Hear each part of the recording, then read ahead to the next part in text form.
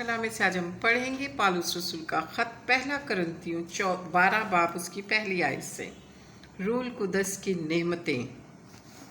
ए भाइयों, मैं नहीं चाहता कि तुम रूहानी नेमतों के बारे में बेखबर रहो। तुम जानते हो कि जब तुम गैर कौम थे तो गूंगे बुतों के पीछे जिस तरह कोई तुमको ले जाता था उसी तरह जाते थे। बस मैं नहीं तुम्हें जताता हूँ कि जो कोई खुदा के रूह की हदायत से बोलता है वो नहीं कहता कि यस्सु मालूम है, और ना कोई रूल कुदस के बगैर कह सकता है कि यस्सु खुदावंद है। नेमतें तो तरह तरह की हैं मगर रूह एक ही है, और खिदमतें भी तरह तरह की हैं मगर खुदावंद एक ही है, और तासीरें भी तरह तरह की हैं मगर खुदा एक ही है जो सब में हर तरह का असर पैदा करता है।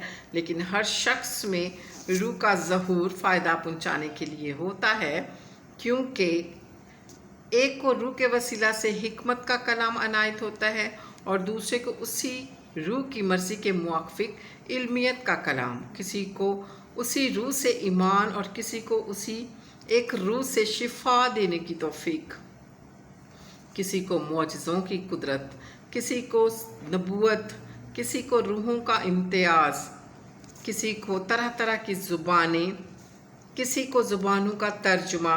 लेकिन ये सब तासीरें वही एक रूह करता है और जिसको जो चाहता है बांटता है।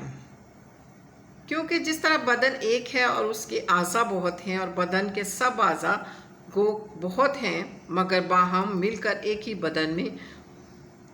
बदन है, उसी तरह मसीह भी है। क्योंकि हम सब ने ख्वाह यहूदी हो ख्वाह यूनानी, ख्वाह गुलाम ख्वाह आज़ाद, एक ही रूह के वसीला से एक ही बदन होने के लिए बपतिस्मा लिया है, और हम सबको एक ही रूह पिलाया गया। चुनाचा बदन में एक ही उज़ू नहीं बल्कि बहुत से हैं।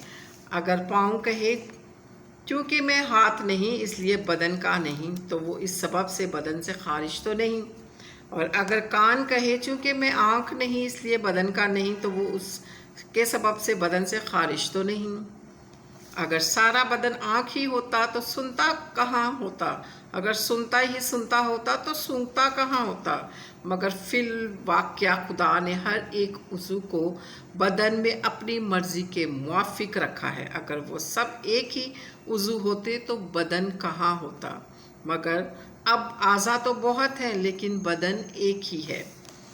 बस आँख हाथ से नहीं कह सकती मैं तेरी मोहताज नहीं, और ना सर पाँव से कह सकता है मैं तुम्हारा मोहताज नहीं, बल्कि बदन के दो आज़ा जो औरों से कमज़ोर मालूम होते हैं बहुत ही ज़रूरी हैं। और बदन के वो आज़ा जिन्हें हम औरों की निस्बत ज़लील जानते हैं उन्हीं को ज़्यादा इज़्ज़त देते हैं। हमारे नाज़ेबा आज़ा बहुत ज़ेबा हो जाते हैं, लेकिन हमारे ज़ेबा आज़ा मोहताज नहीं, मगर खुदा ने बदन को इस तरह मुरक्कब किया है कि जो उज़ू मोहताज है उसी को ज़्यादा इज़्ज़त दी जाए, ताकि बदन में तफ़रीक़ा ना पड़े बल्कि आज़ा एक दूसरे के बराबर फ़िक्र करें।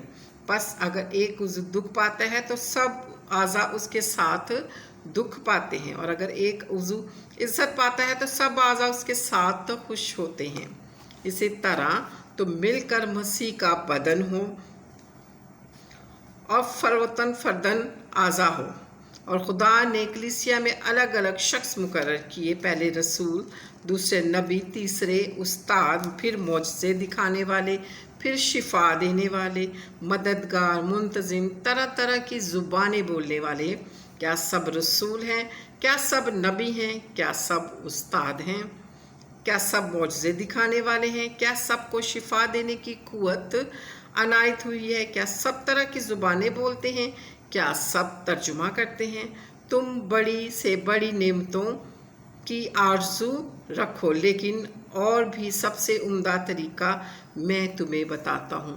पाक कलाम के पढ़े और सुने जाने पर खुदावंद की बरकत हो। खुदावंद का कलाम ज़्यादा से ज़्यादा शेयर किया करें ताकि खुदावंद आप सबको बरकत दे। आमीन। God bless you all.